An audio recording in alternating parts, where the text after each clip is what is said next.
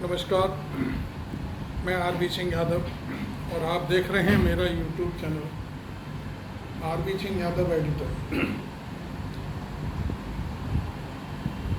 आज दिन भर की कुछ घटनाओं के साथ मैं एक बार फिर देर रात आपके सामने कुछ तथ्यों भरे एनालिसिस के साथ हाजिर हूँ। आज मैं बात करूँगा मध्य प्रदेश में बदलते राजनीतिक हालात और तस्वीर की। सबसे पहले मैं ग्वालियर के महाराज जो कहे जाने वाले माधवराव सिंधिया के बेटे ज्योतिरादित्य सिंधिया के बारे में। ज्योतिरादित्य सिंधिया इस समय बीजेपी में हैं और नागरिक उड्डयन मंत्री हैं भारत सरकार के। लेकिन ज्योतिरादित्य सिंधिया वहाँ किस हाल में हैं, कैसे हैं, शायद कोई भी टीवी चैनल देश का और कोई भी अखबार पूरे भारतवर्ष का बताने के लिए तैयार नहीं है कि उनके हाल कैसे हैं। जहाँ तक मेरे संज्ञान में हाल आया है, मैं उस हाल की चर्चा आपसे यहाँ करने जा रहा हूँ। ज्योतिरादित्य सिंधिया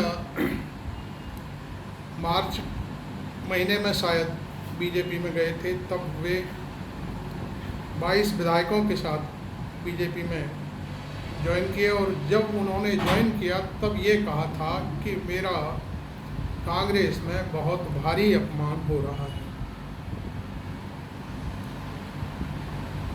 ये बात उन्होंने डंके की चोट पर कई टीवी चैनलों को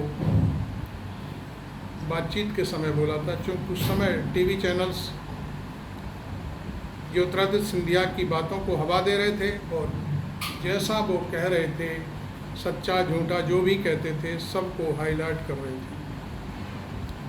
खैर जो भी है, वो हंगामा भी आपने पूरा देखा। 22 विधायकों को लेकर कर्नाटक में काफ़ी दिनों तक डेरा पड़ा रहा। उसके बाद फिर बाद में जो कुछ हुआ वो आपके सामने। 17 विधायक दोबारा जो चुनाव हुआ उसमें जीत कर आ पाए और वो सब के सब मिनिस्टर बना दिए गए। बाकी के 4-6 विधायक जो बचे वो काफ़ी सीनियर थे, जो ज्योतिरादित्य सिंधिया के नज़दीकी थे। उन्हें इधर उधर जो सम्मानित कमीशन के पद होते हैं उनमें समायोजित कर दिया गया। खैर वो तो बात वहाँ की रह गई और इनको राज्यसभा में ला कर के नागरिक उड्डयन मंत्री बना दिया गया। लेकिन ज्योतिरादित्य सिंधिया के वहाँ रहने का जैसे जैसे दिन बीता वैसे वैसे हालत ज़्यादा खराब होती चली। अभी कुछ दिन पहले जिन ज्योतिरादित्य सिंधिया को उनकी ही कॉन्स्टिट्यूंसी में बीजेपी के सांसद के रूप में जीते केपी सिंह यादव ने उनको बहुत बड़ा बुरा भला कहा। यहाँ तक कि वो शब्द मैं यहाँ नाम नहीं लेना चाहता, ठीक नहीं है, आप सभी लोग जानते हैं। एक विधायक भी हैं जो महाकाल की नगरी से आते हैं, उन्होंने भी ज्योतिरादित्य सिंधिया के लिए बहुत बुरे शब्दों का प्रयोग किया है। अब ये बात तो उनके साथी कार्यकर्ताओं और बीजेपी के कार्यकर्ताओं की तरफ से अपमानित करने की है। दूसरी बात, अब वो वैल्यू ज्योतिरादित्य सिंधिया की नहीं है जिसके लिए वो कांग्रेस जैसे संगठन को और कांग्रेस में जो सम्मान मिलता है उसको भी लात मार कर चले गए थे।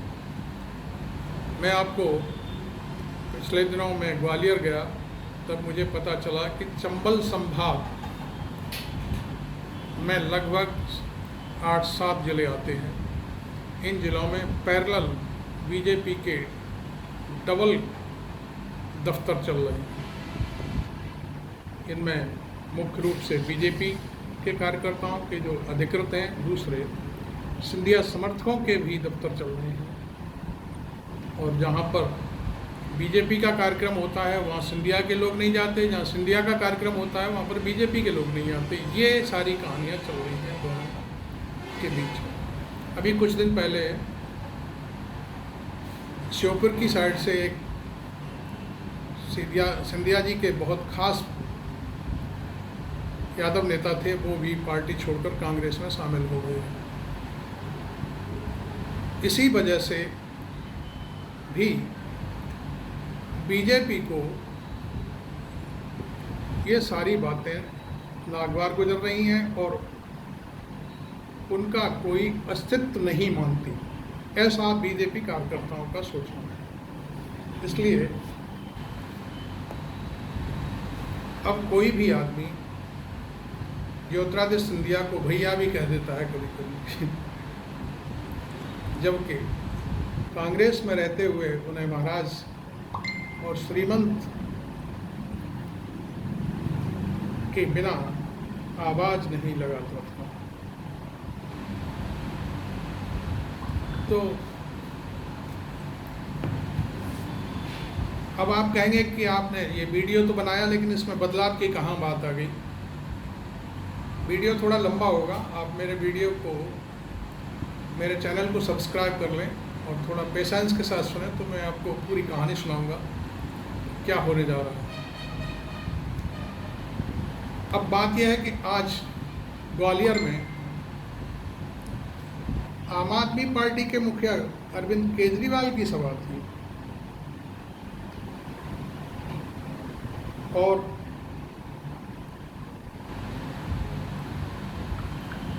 उस सभा में अरविंद केजरीवाल क्या संभावनाएं ढूंढ रहे हैं, और वो भी श्रीमंत के इलाके में, चंबल संभाग में। ये बहुत बड़ी बात है। अरविंद केजरीवाल को सुनने के लिए काफ़ी तादाद में लोग आए थे और उन्होंने अपनी जो बातें कही वो साफ साफ थी कि जो मैं दिल्ली में दे रहा हूँ वही मैं आपको दूंगा। आपका अपमान यहाँ हो रहा है, मैं बिल्कुल नहीं होने दूंगा। इन बातों के जरिए कि अरविंद केजरीवाल मध्य प्रदेश में उनके पास कोई नेता नहीं है, बड़ा नेता नहीं है, इसलिए वो मुख्यमंत्री पद का दावेदार ढूंढ रहे हैं। और इस समय आम आदमी पार्टी को सिंधिया से अच्छा कोई भी व्यक्ति मुख्यमंत्री के दावेदार के रूप में नहीं मिल सकता। अब मैं ये तो नहीं कह सकता दावे के साथ कि सिंधिया जी से अरविंद केजरीवाल जी की मुलाकात हुई है या उनके किसी और आदमी की हुई है, लेकिन निश्चित तौर पर अंदर खाने जो पॉलिटिक्स होती है, जो रूम पॉलिटिक्स होती है, उसमें बहुत कुछ चलता है, बहुत कुछ बातें होती हैं, वो पर्दे पे नहीं आती, उन्हें कोई चैनल नहीं दिखा पाता, उन्हें कोई अखबार नहीं छाप पाता। लेकिन मेरी पत्रकारिता की लंबी यात्रा होने के कारण मैं इन सब चीज़ों से वाकिफ़ हूँ कि ये सब क्यों हो रहा है, कोई अरविंद केजरीवाल क्यों चाल चल रहे हैं। अरविंद केजरीवाल, आपको मैं एक और साफ बात कर दूं कि वो विपक्षी दलों का जो 21 लोगों का संगठन का जो गठबंधन होने जा रहा है उसमें भी नहीं रहना चाहते। देखिए साफ सी बात है,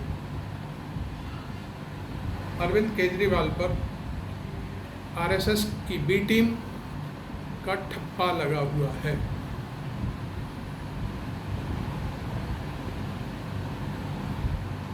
इससे कोई इनकार नहीं कर सकता। अरविंद केजरीवाल ने खुद कहा है मैं आरएसएस का जन्मजात कार्यकर्ता रहा हूँ, जन्मजात आदमी हूँ, तो फिर आप ये कैसे सोच सकते हैं। दूसरा, 2014 में रामलीला ग्राउंड में जो हलचल मची थी, उस हलचल में कौन था? सबसे पहले आप इस बात पर गौर करिए, सबसे ज़्यादा कार्यकर्ता आरएसएस के लोग थे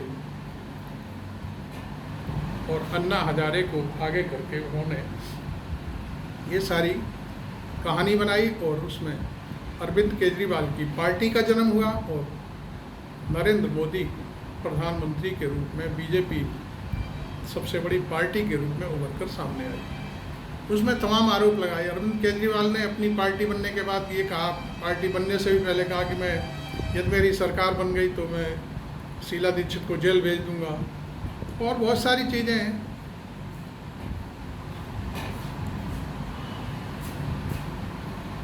महालेखा समिति के चीफ ने तमाम बातें कही और उसमें तमाम राष्ट्रीय स्तर के नेताओं को फंसाने की बात कही। बाद में उन्होंने माफ़ी मांग ली। ये सब चीज़ें पब्लिक डोमेन में है और आज भी पड़ी हुई हैं, चल रही हैं।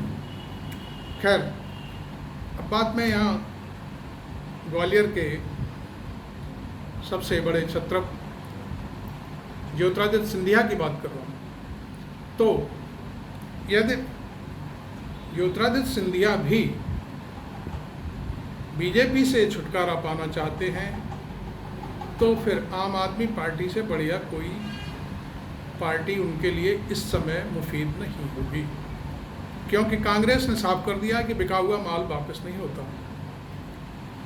बीजेपी भी उनसे पिंड छुड़ाना चाहती है, पूरी तरह से बाय बाय कहना चाहती है, और वो कहती है कि शायद चले जाएं तो चले जाएं, कैसे भी चले जाएं, किसी भी रूप में चले जाएं। अब सोचिए कि जो ज्योतिरादित्य सिंधिया के साथ कांग्रेस छोड़ करके 22 विधायक गए थे, उनमें से सब तो आने से रहे, क्योंकि हर आदमी अपने अपने हिसाब से राजनीति करता है, अपने अपने उसकी अपनी सोच होती है और किसी का कोई दबाव नहीं होता। लिहाजा आज मैंने चंबल संभाग की राजधानी ग्वालियर को लेकर आपके सामने ये एक छोटा सा वीडियो प्रस्तुत किया है। आपको कैसा लगा कमेंट में ज़रूर लिखें, और मेरे चैनल को सब्सक्राइब करें, फॉलो करें, ज्वाइन भी करें, और ज़्यादा से ज़्यादा शेयर करें जिससे इस वीडियो को लोग देख सकें।